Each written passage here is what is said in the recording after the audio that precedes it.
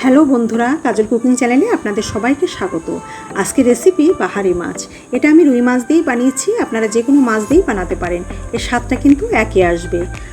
আমরা মাছের হরেক রকম পদের সঙ্গেই পরিচিত, কিন্তু আজকে যে পদটা আমি বানিয়েছি এর স্বাদ এবং নাম দুটোই কিন্তু অপরিচিত। এই বাহারি মাছ বানাতে আমি এমন কিছু মশলা ব্যবহার করব যা সবসময় সবার ঘরেই থাকে, তাই খুব সহজেই ঘরোয়া জিনিস দিয়েই বানিয়ে ফেলতে পারবেন এই ভিন্ন স্বাদের রেসিপিটা। তাই বন্ধুরা, আমি চাইবো অবশ্যই ঘরে আপনারা একবার ট্রাই করবেন।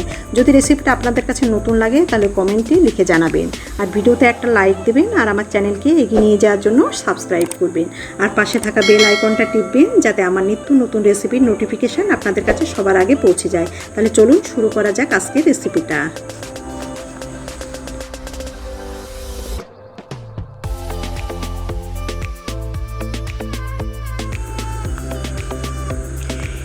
এবার দেখে নেওয়া যাক রেসিপিতে কি কি লাগছে। এখানে নিয়েছি আমি 500 গ্রাম রুই মাছ, 2 টিস্পুন আদার রস, ধনেপাতা, নারকেল, 3 টেবিল স্পুন পেঁয়াজের রস, 4টে কাঁচা লঙ্কা,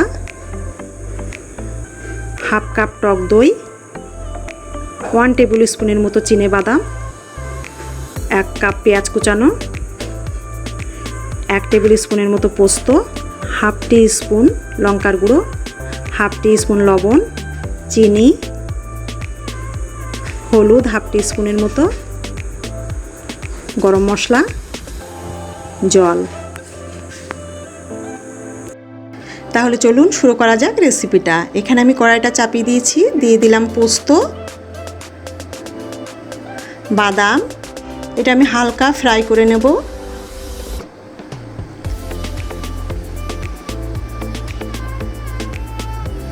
দেখুন আমার ফ্রাই হয়ে গেছে। এবার এটাকে আমি গ্রাইন্ডারে দিয়ে পিষে নেব। এর ভিতরে আমি নারকেলটাও অ্যাড করব।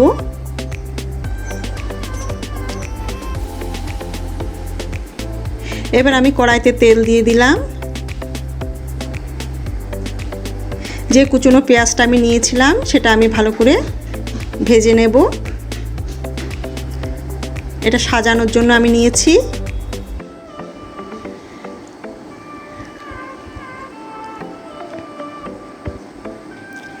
এবার আমি মাছটা ম্যারিনেটের জন্য তৈরি করব।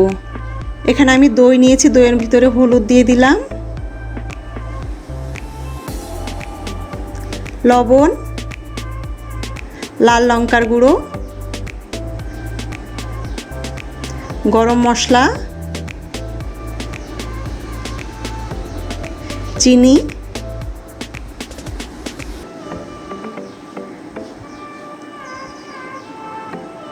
দিয়ে দিলাম পেঁয়াজের রস, আদার রস, দিয়ে সমস্তগুলো আমি ভালো করে দইয়ের সঙ্গে ফেটিয়ে নেব। ফেটিয়ে নিয়ে এবার আমি মাছের উপরে ঢেলে দেব। এবার মাছের সঙ্গে আমি খুব ভালো করে মাখিয়ে নেব। দেখুন আমার মাখানো হয়ে গেছে। এবার আমি যে পেস্টটা তৈরি করেছিলাম নারকেল, পোস্ত এবং বাদামে, সেটাও আমি এর সঙ্গে মাছের সাথে মাখিয়ে নেব ভালো করে। দেখুন আমার এটাও মাখানো হয়ে গেছে। এবার আমি 2 ঘন্টার জন্য এটা রেস্টে রাখবো। এবারে দেখুন আমার এদিকে পেঁয়াজটাও ভাজা হয়ে গেছে। পেঁয়াজগুলো আমি তুলে নেব।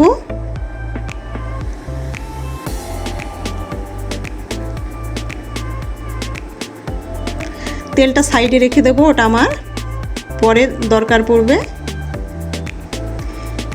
মাছটা হয়ে গেছে ম্যারিনেট। এইবার আমি যে পাত্রটায় রান্নাটা করব তার ভিতরে তুলে নেব। তুলে নিয়েছি। এবার এর উপরে একটু যে ধনেপাতা নিয়েছিলাম তার অর্ধেকটা ধনেপাতা এর উপরে দিয়ে দেব, আর যে চেরা কাঁচা লঙ্কা ছিল সেগুলোও দিয়ে দেব। দিয়ে ঢাকনাটা লাগিয়ে দিলাম।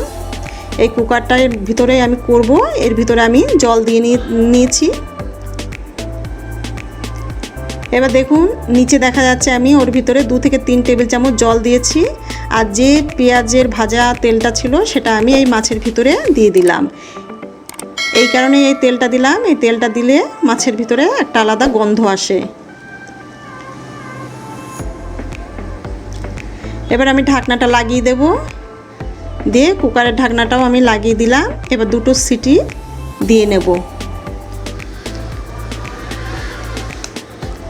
দুটো সিটি আমার পড়ে গেছে, দেখুন। আমি এবার খুলে দেখব যে কেমন হয়েছে। এই দেখুন, দেখতে খুব সুন্দর হয়েছে। এবার আমি বাইরে বের করে আপনাদের দেখিয়ে দেব।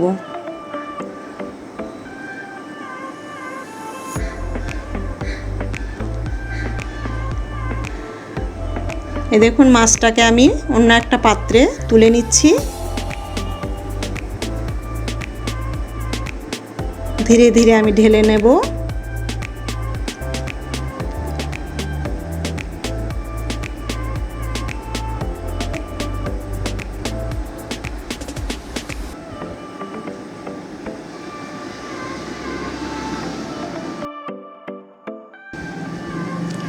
আমার ঢালা হয়ে গেছে। এবার আমি যে পেঁয়াজগুলো ভেজে রেখেছিলাম সেগুলো এর উপরে সাজিয়ে দেব।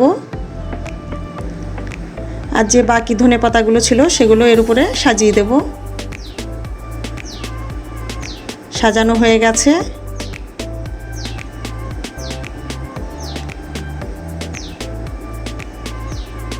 এবার এটা পরিবেশনের জন্য একদম রেডি। আশা করি আমার ভিডিওটা আপনাদের ভালো লেগেছে। যদি ভালো লেগে থাকে আমার ভিডিওতে একটা লাইক দেবেন আর আমার চ্যানেলকে অবশ্যই সাবস্ক্রাইব করবেন। ধন্যবাদ।